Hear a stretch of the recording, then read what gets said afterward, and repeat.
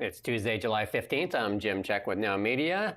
Ian Burns on holidays for the next 10 days. Sitting in with us, Andrea Jensen-Berg. She sat in one day last week with Ian and I.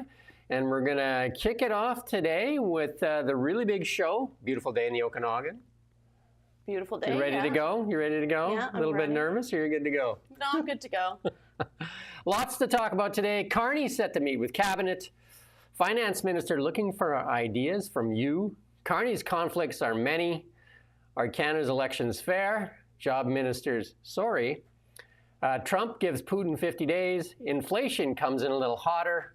And it's all about energy. All that and a lot more on the really big show. There you go. We're going to kick it off with Mark Carney. They talked to him just before he went into his cabinet minister here. So we're going to play this small clip here of CBC's clip here. They caught him just as he was going to meet with the cabinet. Well, we want to take you live right now to Ottawa, where Prime Minister Mark Carney is speaking to reporters just ahead of his cabinet meeting. You can see the camera just getting into position here. We want to give you a chance to listen in to what the Prime Minister is saying about his meeting and the potential for negotiations with the U.S. over new tariffs. There's not a lot of evidence right now. And with regards to negotiations for any country or any jurisdiction to have a tariff-free agreement, Canada finds itself in a situation at the moment with a way of having close to free trade continuing. But there are issues, obviously, in the steel, automobile, pharmaceutical and aluminum sector, as well as softwood lumber. So we need to stabilize the situation for Canada. But the tariff for Canada is almost the lowest in the world imposed by Americans. Tariff. What's your response to that?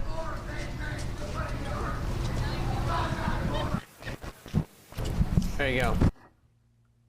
There you go. They're just heading into that meeting. I think they're basically, I've seen some of the other stories too, they're setting us up to let us know that there will not be zero tariffs. There will be some tariffs that will stick around, and that was to be expected. There's been tariffs already, like softwood lumber and dairy supply management. We're going to talk about the supply management stuff later.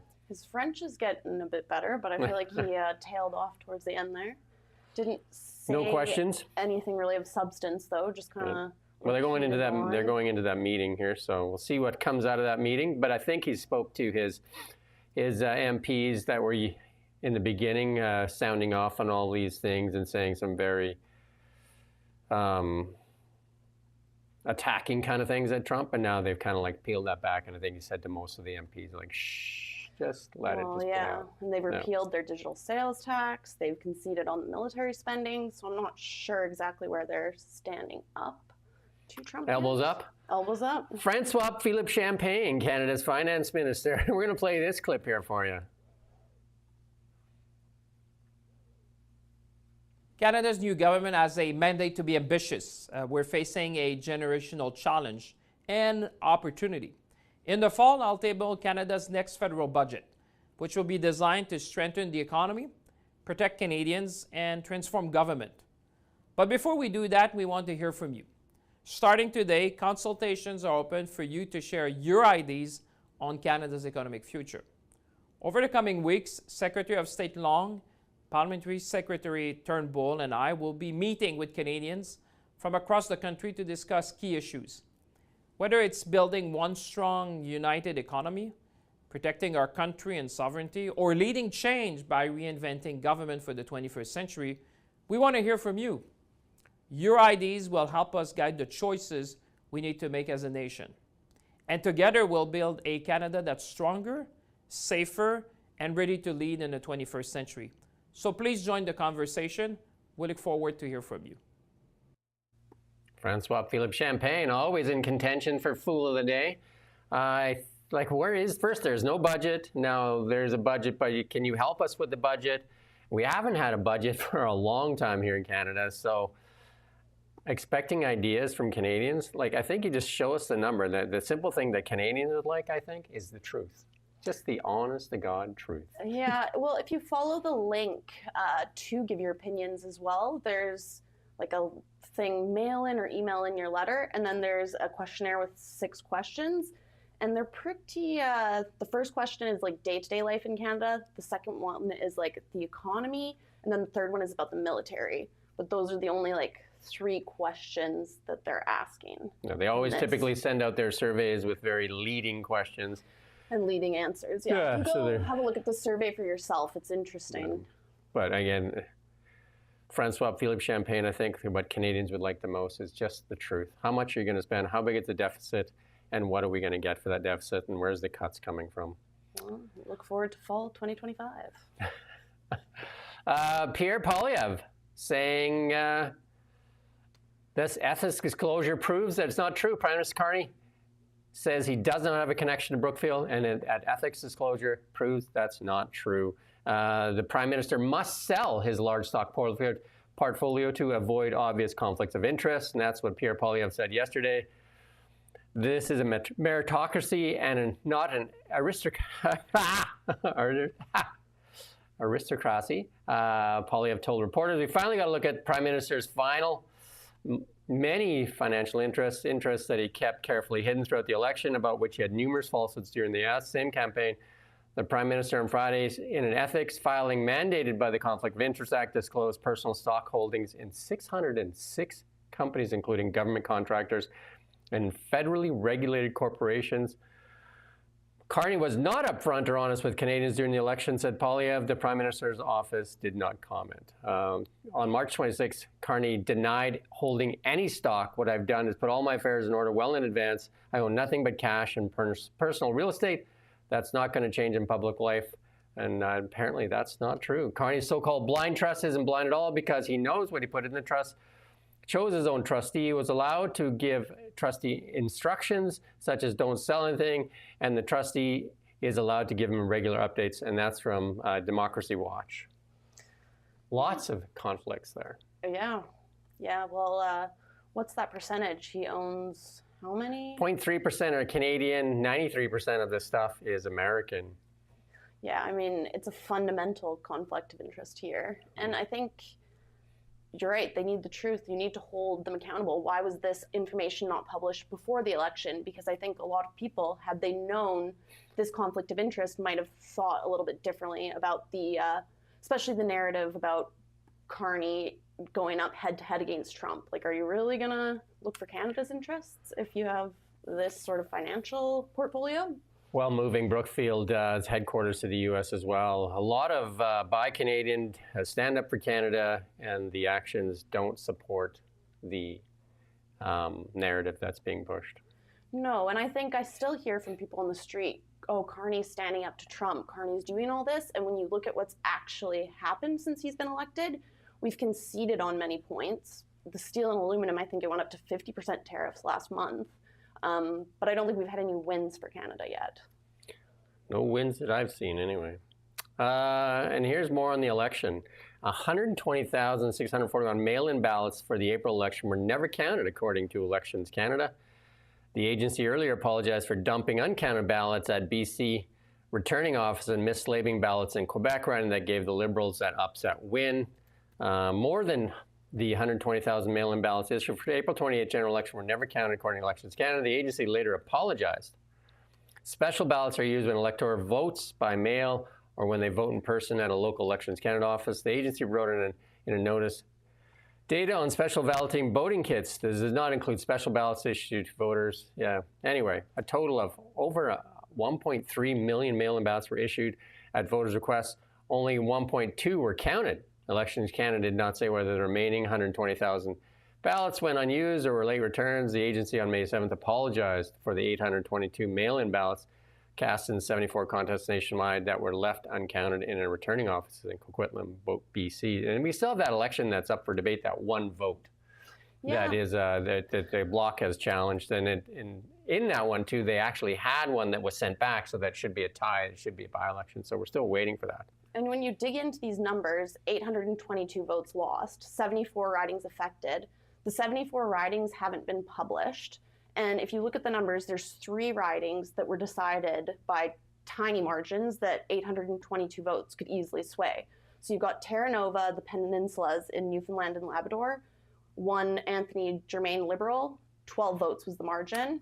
You've got Milton East, Halton Hills South, Ontario, 29 votes, Liberals win.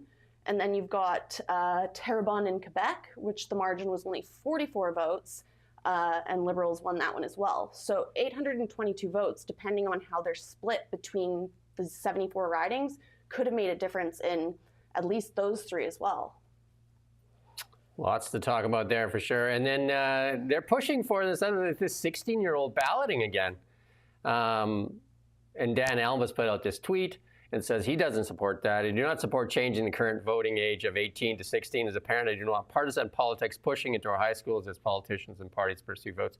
I mean, it's almost like a rite of passage. When you're younger, most people are very, very liberal, right? Very, very liberal, and then life kind of hits you in the face, and then a lot of people, as they age, they turn more conservative values or more centrist values. It's that adage, what is it? If you're not liberal when you're young, you have no heart. If you're not conservative when you're old, no brain.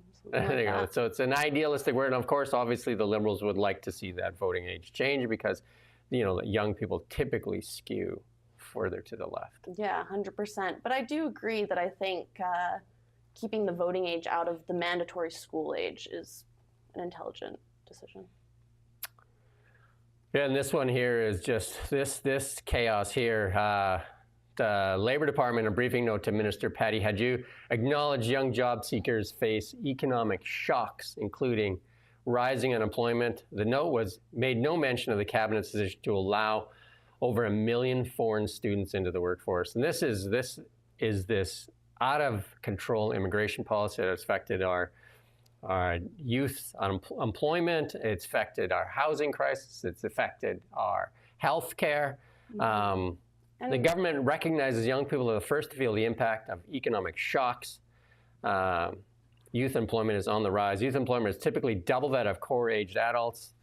However, the gap continues to grow as youth face greater difficulties in finding employment. The department cited internal data indicating 30% student-age job seekers report difficulty making ends meet. And this is a Holly Dome Blacklock story too.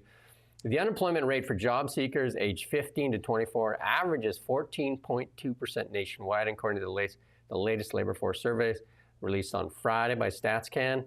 The rate was as high as 17.4% in Newfoundland and Labrador, followed by Alberta at 16.4%. And the numbers go on and on and on. And a lot of that had to do with lifting that 20-hour cap on foreign students. Well, they lifted the 20-hour cap and put it to 24 hours, so it's not an enormous difference. And I will say the 1.4 million that are allowed to work are people that are already here, like the foreign students. It's not like it's a fresh 1.4 million people that are working in foreign students. It's the ones that are already here. And I think another question about youth unemployment to address is when you go to like fast food places, this sort of place, like right now I see more immigrants working those jobs and not young people. So I'm not sure, is it that immigrants are willing to work those jobs and Canadian young people aren't? So that's something I've noticed anyways. In June 2025, 14.3% of youth aged 15 to 24 were unemployed. The last time June youth employment number was over 14% outside of the pandemic was during the global recession of 2009 when it reached 14.7%. So if this trend continues, youth employment in the summer of 2025 is set to rival or surpass the historic work challenges of 2009, the height of the Great Recession, with implications for career prospects and employment hope, as well as for resilience of the broader labor economy. And longer-term employment, a key indicator of workforce resilience, also continues on a steady rise. Over 1 in 5 unemployed Canadians have been searching for work for 27 weeks or more.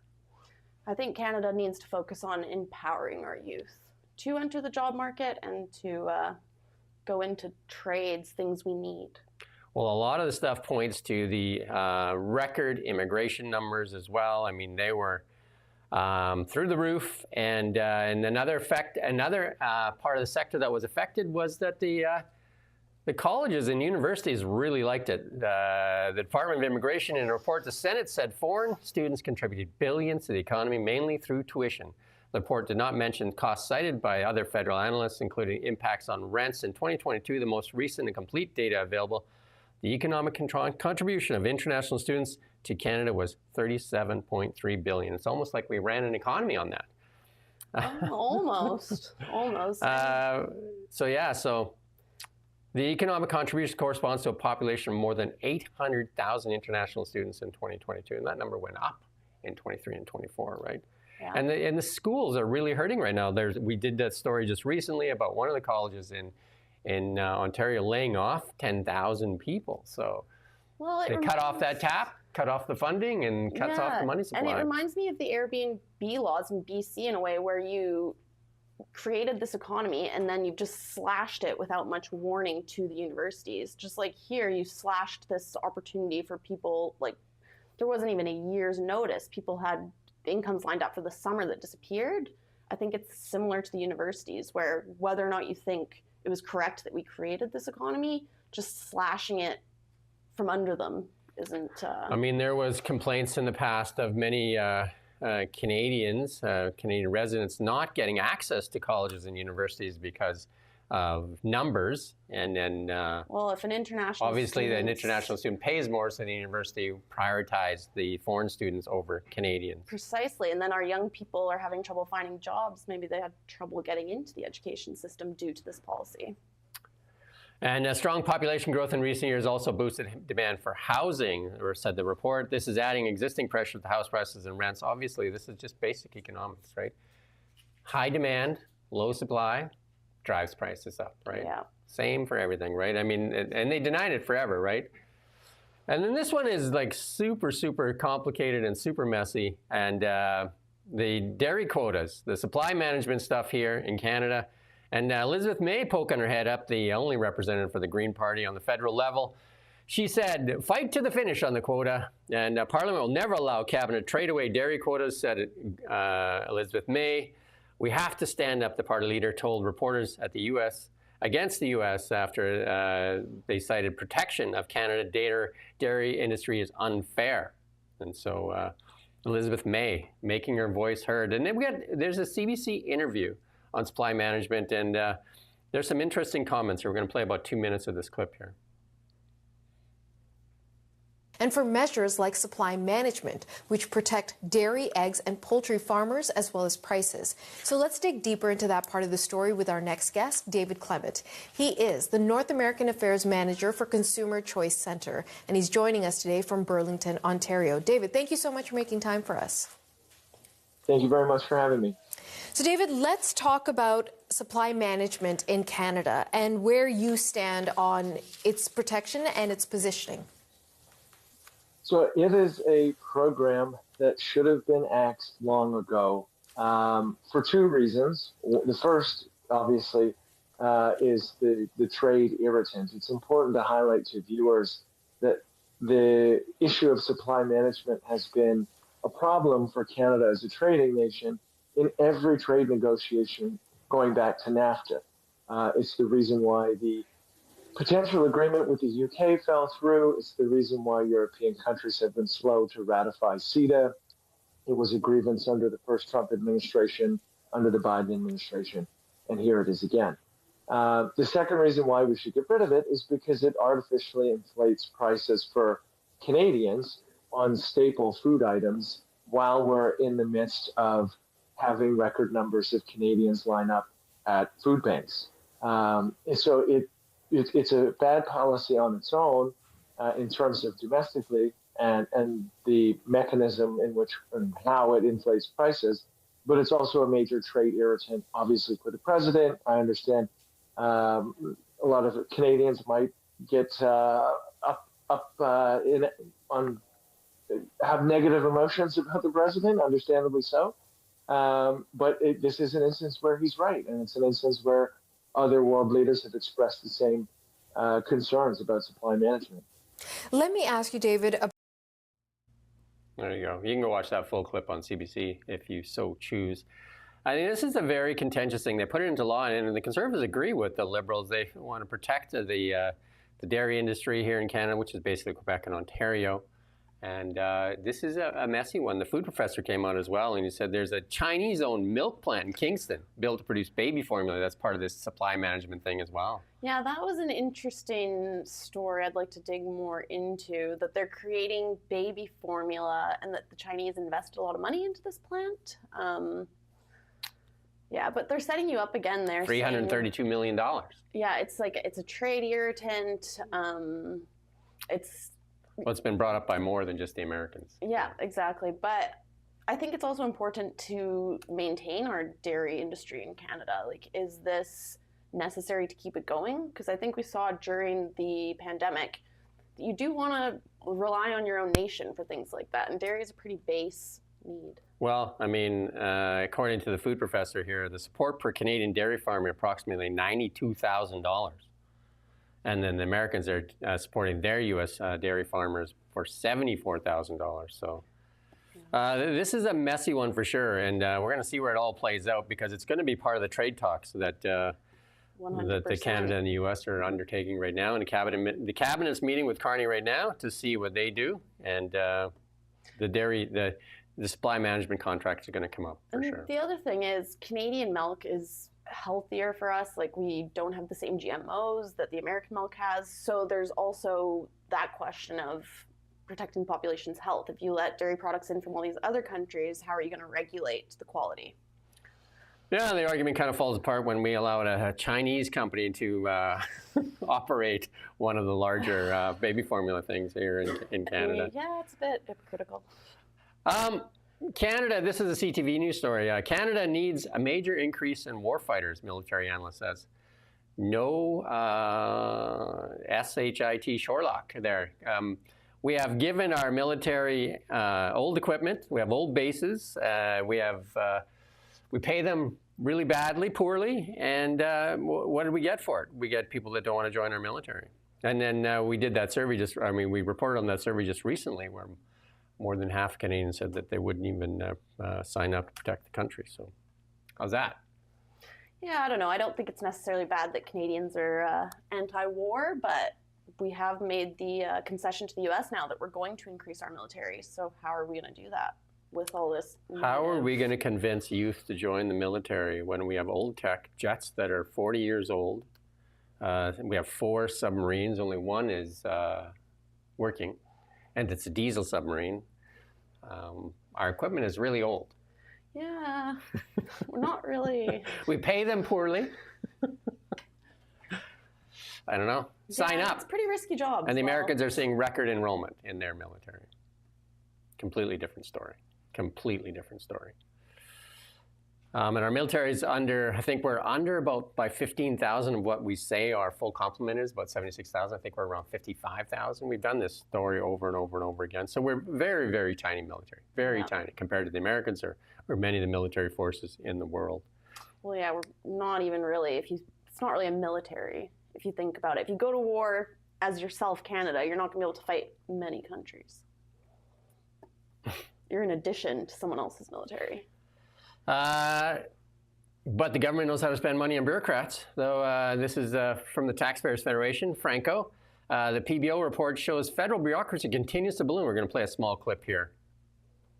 A new report from the Parliamentary Budget Officer shows that the federal bureaucracy continues to balloon. Okay, so the report shows that by the end of the last fiscal year, okay, so end of March 2025, the federal bureaucracy ballooned to 445,000 employees. Yikes. That's an increase of over 13,000 bureaucrats compared to the previous year's departmental plans. So the federal bureaucracy continues to balloon and you're paying for it. And here's the thing. The bureaucracy has been ballooning for quite some time. So here's what the PBO report says, okay? In 2006, there was 335,000 bureaucrats. In 2023, there was 441,000 bureaucrats. So that's an increase of more than 105,000 bureaucrats over those years. Now, you may have heard the government start to talk about potentially reining in the size of the bureaucracy, but here's what the PBO says. Okay, I'm going to read you a direct quote from their report. From 2025 onwards, the number of planned employees is projected to decline, falling to 415,000 employees in 2027. That said, the projected decline, even if it materializes, still leaves the number of employees well above the pre-pandemic peak and the higher levels recorded during the pandemic. So even if the government... And the amount of consultants as well. I mean, the union just came out because, you know, there's talks about those cuts. The union came out and said, don't cut us, cut the consultants. So let's say cut both. Yeah, well, I would also say since 2020, the increase you're seeing, you have 18,000 to 20,000 estimated for the CRA, and then you have 16,000 to 18,000 Employment and Social Development Canada. So that encompasses the CERB benefit. So that's what, like a high estimate, close to 40,000 new employees centered around Stuff that's not here anymore. Yeah. Yeah, and then also the carbon tax as well, and the administration of the carbon tax. Lots to cut there. Lots to cut there. And obviously, the ballooning cost of it and it's just, they need to do some cuts. And they are going to do some cuts, but the unions are going to push back on it hard. And those are promises that, and when we did this story just recently, where Bruce Fanjoy, when he campaigned against Pierre Poilievre in that riding, said, Poilievre's going to cut 100,000 people. I think, you know, the Liberals are going to cut more than that. Well, we'll see. And then this story is just, it seems to be getting worse and worse and worse. The public safety minister, Canada needs a new one. Apparently, he wrote letters urging Canadian officials to approve the immigration application of a man they had determined was a member of a terrorist organization. This is not a good look. No, it's not a good look. I didn't dig further into that one, but the headline is quite alarming. There's quite a few tweets out on that one right now today. And then here's the guy that's going to run against Pierre Poilievre in the Blackfoot, Battle River Crowfoot area. And this is Darcy Spady. There you go. Bruce Fanjoy came from nowhere and beat Pierre Poilievre in a really heavily saturated federal employee riding, which is, you know, they use that. I think there's a lot of federal employees in that riding. This is more conservative country, and I think that Darcy Spady's going to have a tough time against Pierre Poilievre in a very conservative kind of hotbed there in Alberta. But he says he's out there planting lawn signs. Didn't think he'd be planting anything at this time of year. Little joke there. Yeah, well, we'll see what happens in August. Yeah, I think it should be a runaway for That's what you'd Pierre assume, Poilievre, especially with the current climate in Alberta. Yeah, you would think so. And this one here is, you got to listen to this. This is just, again, we're talking about our Bill C-18 section. This is like the pot calling the kettle black. Let's play this clip here from CBC. About the subject of the second hour, because it's odd. We're in this rocky relationship as a nation with the United States, our friends, our neighbors, and our family members who live in the U.S. and colleagues. It's become so difficult in terms of handling the conversations we're having delicately. So talk to us about that and how you're planning on exploring that issue next hour. Yeah, so, you know, some time ago, before this trade war, we did a version of the topic that we're doing in the second hour, asking people about their relationships with people in the United States. And we learned a couple of things. First of all, a lot of Canadians have family and dear friends in the United States. I mean, more than acquaintances, really close friends, people that they would go and vacation with, and so there are a lot of Canadians with ties to Americans. And the second thing we discovered is how difficult it was for many of them to deal with Americans because of Trump and the MAGA movement. Especially they walk into a house where Fox News is on, and for a lot of Canadians, they kind of see that, not all, but a lot, and it seems like an alternate version of reality. And so now we have the trade war. Now we have elbows up. Now we have the Canadians who are still steadfastly trying their best to not buy American. And so what's that like? And it's summertime, right? So this is the time when a lot of people would have been visiting the United States, or maybe in some cases still are. So we're looking forward to hearing from people on what those relationships are like, how they're navigating them. People listening to Fox News is calling. I'd say people listening to CBC. Well, what I would note too is in the States you have, say, Fox News, but you also have NBC, so you can listen to either reality. We don't have an alternative here. Exactly. National and national. All they have is us. Well, and I would also say it's, again, just sowing discontent. How many Americans do you meet where you actually get into arguments with them? You meet people face to face. I was just in the U.S. for, like, I don't know, 8-9 days. It's like that. No issues. Zero. Well, exactly. Zero. And like telling, this is what they did in the pandemic too. They drive wedges, they find things and says, well, how do you still speak to the people in the United States? How does this issue have anything to do with the people of either country? This is a discussion between our political leaders on both sides of the border. It has nothing to do with personal relationships with Americans and Canadians. You know what I mean? Like, it's just ridiculous. Yeah, 1,000%. It's absolutely ridiculous. Yeah, you see the media just sowing Pack it in, CBC. Stop trying to sow discontent between people like you did during COVID, where you say that you don't have freedom because that person won't wear a mask. Like, and then saying that, you know, like alternate reality is watching CBC or Fox News. You're the alternate reality. Well, yeah, they're one reality. I guess there's, what is that, multiple realities? They have very few people that actually watch the CBC. And I can usually tell after talking to somebody for a few minutes if they're watching CBC. But their audience is very, very tiny. But their budget is very, very big. Yeah, $1.4 billion investment. Plus, they got that raise from the Liberals on the promise there. They, I think it was $150 million added to their budget by Mark Carney and the Liberals. And what did they do right away? The executives gave themselves a raise. Yeah, well, I think even if you just... Well-deserved, I guess. If you zoom out and you think about another country that has one main media source that a government is funding. State-funded? Say, yeah, exactly. If you saw that in, say, Russia, what would you think of it? And then if you just replace... like, just because it's our country, it's different? Yeah, the bigger problem, like BBC is state-funded media as well, but in England, they have many, many other outlets that are right or left-leaning. Canada, not like that. So they have CBC and CTV here on a national stage, and CTV is basically a mirror of CBC.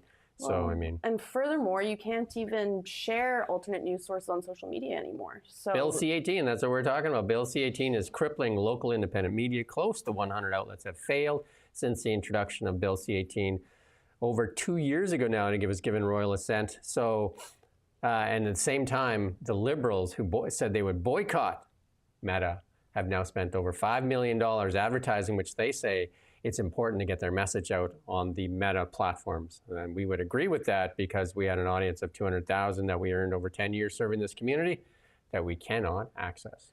Yeah, no, I mean, $5 million in the grand scheme of the budget isn't That's not their budget, that's them spending. But you know what I mean, in terms of government spending. But as a Canadian paying taxes, shouldn't you be angry, even if it is just $5 million?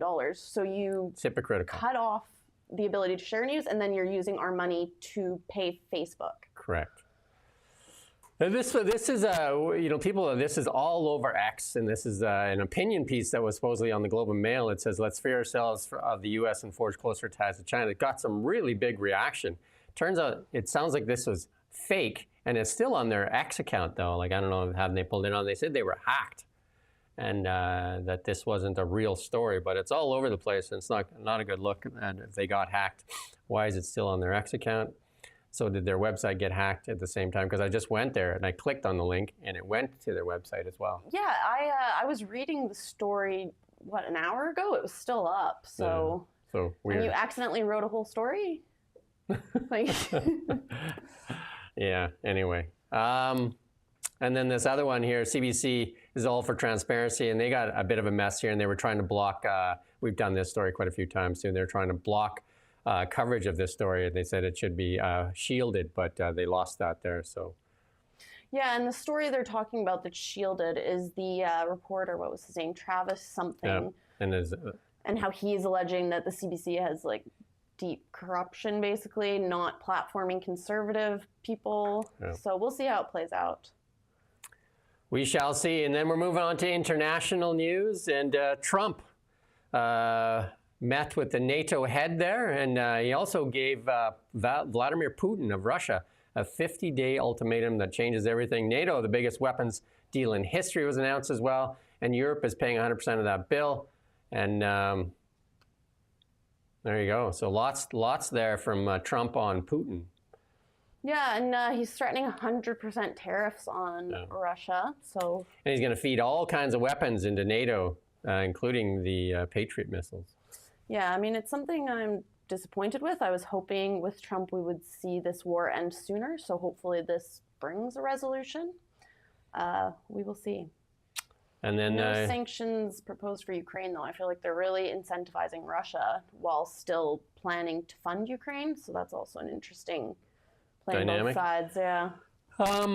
And then Trump's administration won another court case. This time, that the Supreme Court says go ahead and get rid of the Department of Education and give back the operation of education back to the state level. So that was a big win for the Trump administration, and obviously a massive loss for the left-wing activists. And there you go. Again, it seems like more bureaucracy, and then they're just obviously there's a lot of people that rely on the bureaucracy that are obviously upset, and it's just putting back education into the state level. It's supposed to be mandated from the federal level. And this is in the U.S., we got to remember, too. Yeah, I think that's not a bad thing. It's when you have a state that big, there's like a federal, is that going to be good for everyone? I think getting to smaller, decentralized portions of power is better in general. So. And then we got some BC news here, and this is Harman Bangu. Again, this is that BC Ferry thing, and we've talked about this many times, that this likely could be the biggest scandal for the BC NDP, giving away jobs and hurting our own economy by giving that work to the Chinese, also a state-sponsored Chinese shipyard builder. And well, everything in China is state-sponsored one way or another, right? So. And then they use slave labor, has been accused of slave labor or human rights violations, inferior products, and they don't have an industrial carbon tax. And it's how are Canadian companies, the British Columbia companies, supposed to compete with that when they can't do slave labor? You know what I mean? I don't think we're allowed to do that here in British Columbia. No, and again, I think it's an important industry. Don't we want to be able to build our own ships? In the Second World War, we had some of the biggest shipbuilding going on here in Canada. And yeah, and I wonder when you dig into the story further, like when do we need these ships by? If it's possible, we should be repealing this and investing into. Now, there's a hearing going on at the federal level because $1 billion was given to BC to fund this building of these ships. So, and that is from the Canadian Infrastructure Bank, and in there, the mission is to fund Canadian infrastructure building, not Chinese. Yeah, and I think, yeah, it's all going to China at this point. There you go. And this is a really sad story. This poor young lady here that's been denied the medications. And this is John Rustad putting out, saying that the Vancouver Sun put it out and said that NDP relegates Charlene Pollock to the mercies of GoFundMe. So the way that she can get her medicine is she has to get it through, and it's a very, very expensive medication, and $800,000, I believe. And then Rustad is saying the government should be ashamed to see Charlene Pollock's parents begging online for treatment. This should not be happening in British Columbia. What happens when it's your kid who can't get medicine here in British Columbia? Well, our healthcare system is failing on multiple levels, and this is just when you look into it, it's pretty tragic. And the healthcare critic here, Dr. Anna Kindy, says healthcare in BC is in a quandary. Section 7 of the Canadian Charter of Rights and Freedom guarantees the right to life, liberty, and security of the person. Our health guarantees the right to die, made a cost-saving measure, but does not guarantee the right to life. And she's saying as well that we have put this poor young lady at the mercy of a GoFundMe. Yeah, and it's like we're already funding healthcare through taxes, so now we're also funding people that slip through the system. Like This is a bad look on the NDP. This is a terrible, terrible look on the NDP. There you go. We're going to move on to markets, though. In the markets, Canada's inflation came in a little hotter than usual. Inflation rises to 1.9 in June. And it's a hike from the 1.7 in May. I mean, it's not huge, but largely aligned with the economists' expectations. And the removal of the consumer carbon tax continues to dampen the annual price comparisons, as the inflation rate was 2.7 if you exclude energy. Who would have thought that removing the carbon tax would lower inflation? Remember, the Liberals said over and over and over again that the carbon tax does not contribute to inflation. Although energy is in everything we do, energy is in we ship it, whatever we do, and we live in the second largest landmass on this planet Earth, and obviously shipping costs must be huge. But according to the Liberals back then, the carbon tax did not contribute to inflation. And lo and behold, the numbers continue to show that it did. Well, if you just think about it critically, we're such a spread out nation. Obviously, say Kelowna, for example, where are the goods coming from? It's probably at least 4 or 5 hour drive, no matter from where. So it's going to reflect in the prices of things. Everything from trucks, trains, and transport, right? And ships, super tankers. Anyway, the latest inflation numbers likely shut the door on Bank of Canada's July rate cut. There's a lot of argument for a rate cut in the housing market. And like with this inflation getting a little hotter, and the trade thing is kind of putting a damper on it as well. So the Bank of Canada may sit on its hands, but the economy, like the jobless rate, not great either. But RBC is saying that they're probably done for cutting for right now. But the Americans look like they're getting ready to cut, and if America starts cutting, obviously Canada will likely start cutting as well. Do you think the cuts would be good for Canadians? I think for a lot of people with their mortgages renewing that are going from some of them could see 60, 70% increases in the mortgage payment. I think it's not only pretty vital for them. It's imperative, almost, right? Yeah. And this is again with Tiff Macklin that said, when the interest rates, the Bank of Canada rate was 0.25, Canadians can rest assured and go out and get that mortgage because we will not be raising the interest rate into the foreseeable future. And then we did it 19-fold. In unprecedented fashion and time, we raised that, and then so to the detriment of many Canadians that went and got those big mortgages, now seeing those house values drop below what they owe on those homes, and then their payments, like some of them up 60, 70, 80% when they go to renew their mortgage, and they're already on the line for what they have for monthly obligations. Yeah, it's a bit of a mess, but I will say it was also an unprecedented low. So people who were believing the government that it's not going to go way higher. Why wouldn't you believe the #1 finance guy in Canada? He should be fired for that. That alone, he should be fired for. And then when he was criticized at the time, the Liberals came out and said, "How dare you criticize our institutions?" Well, if he's doing a bad job, the only way we get better is we criticize. Yeah, but it's not the way of the world that things are going to stay that stable for that long. So Canadians can rest assured and go out and get that mortgage. We will not be raising interest rates. There you go. That alone is advice. Analysts raised the price of NVIDIA. NVIDIA, it could be a $5 trillion company. NVIDIA is the leading company in the world, and NVIDIA rocking again this morning. NVIDIA up another $7 this morning at $171. Don't forget some of the talking heads, financial analysts, called for the death of NVIDIA just recently when DeepSeek released their model and said, nobody's going to need NVIDIA chips. You don't need chips. And so, whoops. And there you go. NVIDIA, a $5 trillion company. What will happen next? And then just in the markets in general, the markets are just off marginally, but everything's at record highs. Everything is at record highs. Gold is kind of like playing around there as well, still holding that $3,500 level. Gold is off very little this morning. Silver, the big rocker though. Silver just under the $38 mark, off 45 cents. It was over $38 earlier today.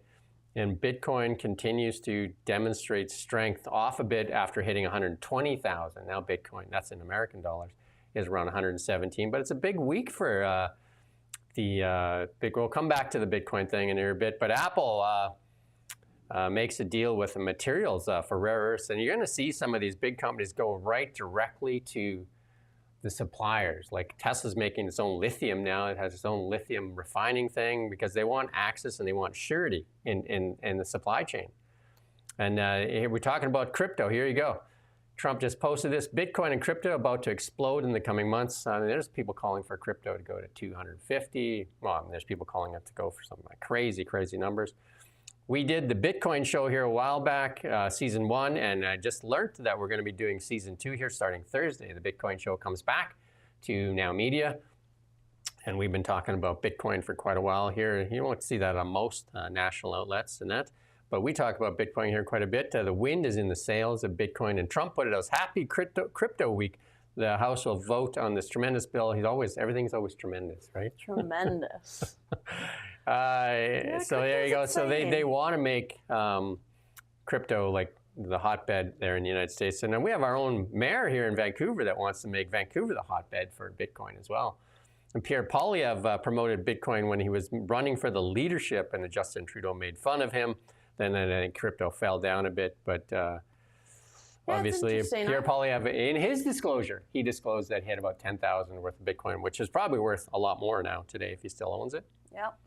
Yeah, crypto's exciting. I like the concept of a decentralized currency. My worry with all these governments endorsing it is, are they going to start to, like, how are they going to put their hands into crypto? Because I do think a very exciting part of Bitcoin is that it is decentralized. Yeah, well, I think some of the governments looked at making their own central bank digital currency, CBDC, and they have not had a lot of luck with that. I mean, there's some that are still talking about moving forward. Canada's explored that idea as well, but I don't know, would you trust the CBDC from a government? Like, why would you do that instead of Bitcoin? I don't know. I feel like if you think about Canada's, what's one of the things they've done technologically, the ArriveCan app. So if our coin is as technologically advanced as our ArriveCan app, I'm not sure. That was two scammers living in a basement. Yeah, you know, so I'm not sure we have the best history with our...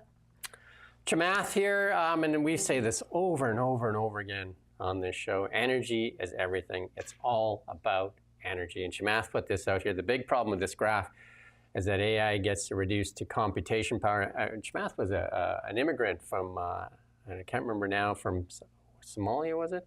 But he was a Canadian, and then now he lives in the States, and he's a big deal. But look at China in energy generation. Talked about this a while ago. China adds about the equivalent of a nuclear power plant a month in China with solar. Yeah, have you seen the videos of them throwing up buildings? It's very impressive, yeah. A month. Yeah. The equivalent of a nuclear power plant a month. Yep. Yep. And look at the flatlining. If you want to do Canada's thing, there's like, whoops, we don't like energy here. This is, I don't know if you eat at Olive Garden, but Recipe Unlimited acquires all the Olive Garden locations in Canada. I like Olive Garden. Every now and then I like go to Olive Garden. Yeah, when you used to go for like soccer tournaments and endless stuff. Endless salad, endless bread. You're done when the food shows up. It doesn't even the food doesn't even have to be that good because you're already stuffed from the endless salad. Well, yeah, you just pack it to go and then you got a second meal. I was there just recently in Calgary at an Olive Garden, and at the table a few seats over, I shouldn't say that, but he had like a buffet laid out in front of him, and it was just massive.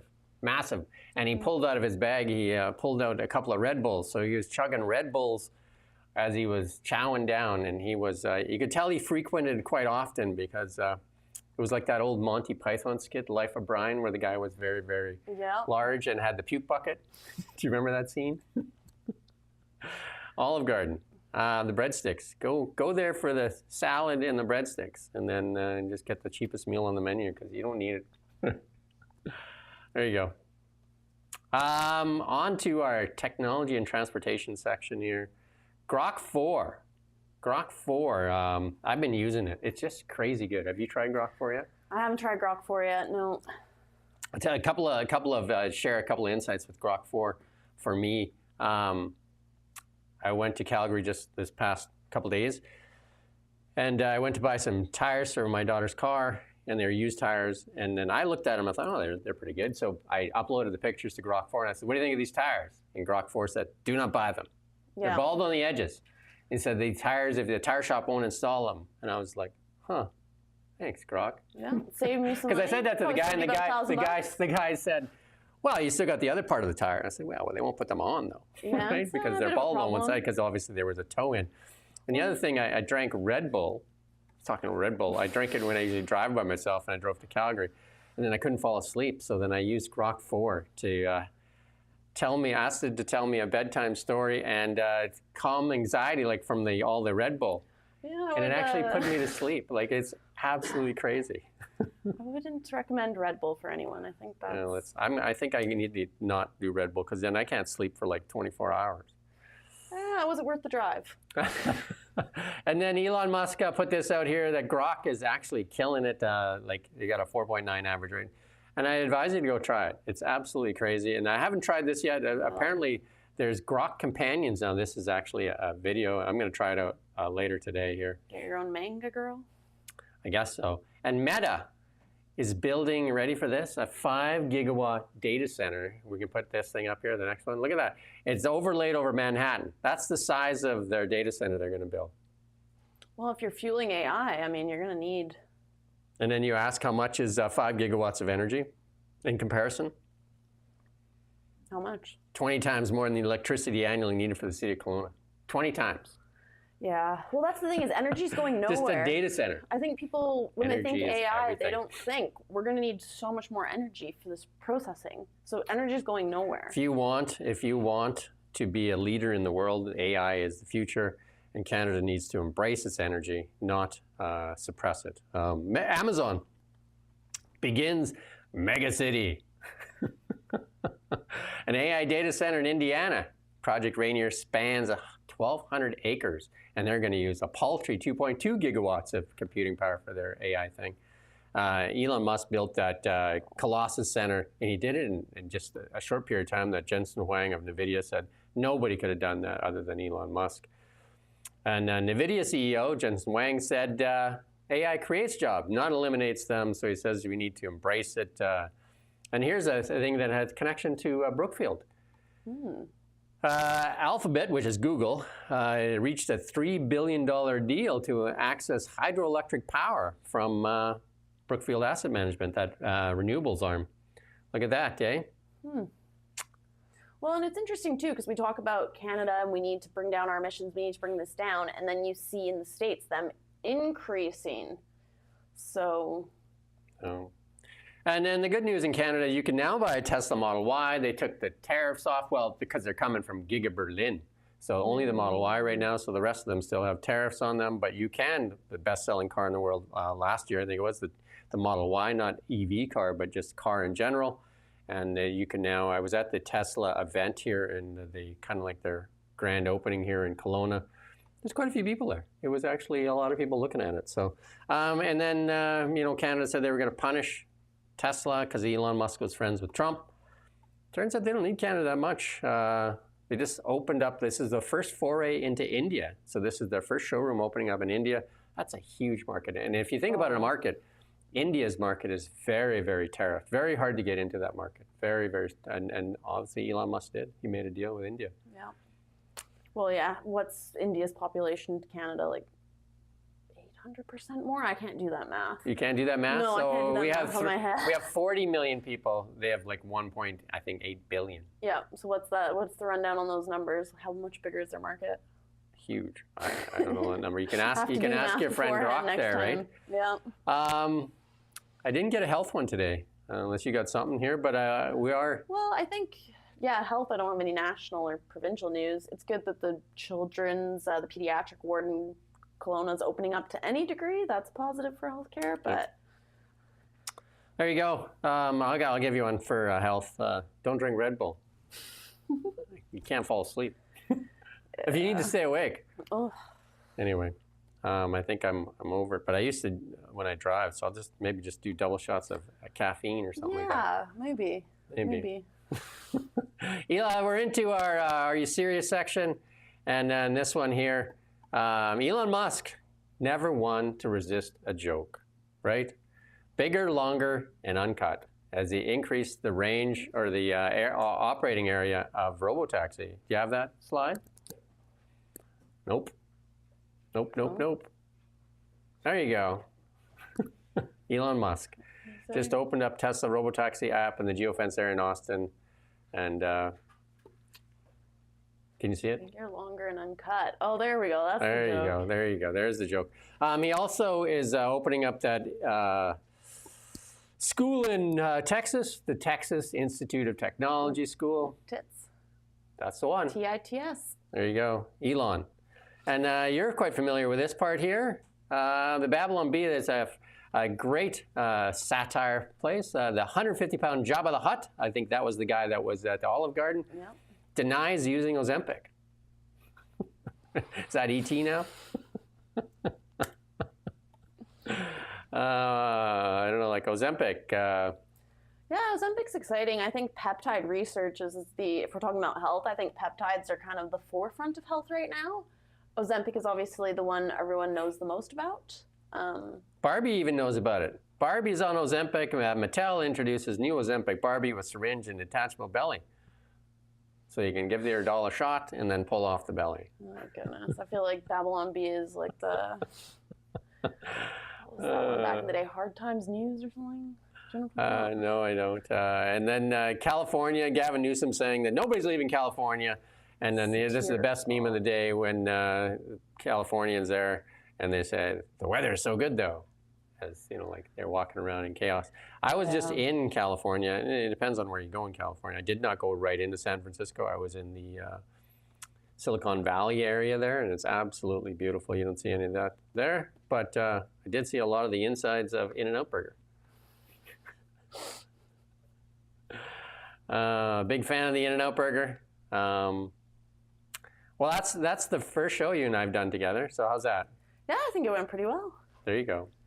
Energy is everything, though. I think that's the big thing to learn there. I mean, every one of these companies is doing things. I know Kevin O'Leary, Canadian, he actually ran for to be prime minister at one point, is trying to do a deal in Alberta and open up a data center in the north of Alberta. Because again, well, there's plenty of land. Well, it's the land, one, access to land, cold, right? Because computers generate a ton of heat, so you don't have to cool them as much. Yeah. And cheap LNG for energy, cheap LNG. Right, so sounds like a good proposal. But look at the power that Meta's thing is going to use. Just look at that, and they're locating these plants where they're close to cheap energy. Yeah, that's the deal. Cheap energy and plentiful energy. Like if you think of that Meta one, look at the size of that thing. And Meta went out and paid $100 million. They stole somebody from Apple. That's his base salary. Yeah, that's not bad base salary, eh? No, it's a pretty ridiculous amount of money to be throwing around. On an individual level. And then so that data center that Meta's going to build uses 20 times the electricity.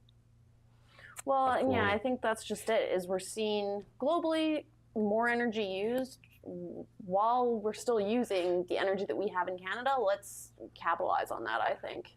Are you a fan of Seinfeld? Ish. Yeah, so the no soup for you? Oh yeah, I know that one. So I think the danger for AI is going to be no energy for you. Yeah, actually, you might be right. Maybe not a job and just like prioritize energy for me, none for you. Yeah, it might have more demand than supply. Maybe just get some wood and rub it together. That'll be your energy. That's our show for today. We're back tomorrow at 9 o'clock, Andrea and I.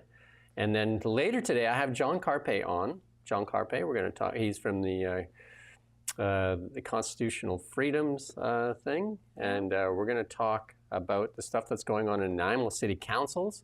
And then at noon, Renee Merrifield will be on, and we're going to do politics with Beyond the Ballot. Lots of good shows coming on. And then later this week on Thursday, season 2 of the Bitcoin Show. And it's an exciting show. We talk Bitcoin. Bitcoin, and gold and all the other alternative assets, safe haven assets like that. It's a Bitcoin world, apparently. Alrighty, well, that's the show for the day. Thank you for watching Now Media. We don't just report the news. We live here too. We're your neighbors, bringing you stories that matter to all of us. No government funding, no outside influence. Kelowna Now, local, independent. News you can trust.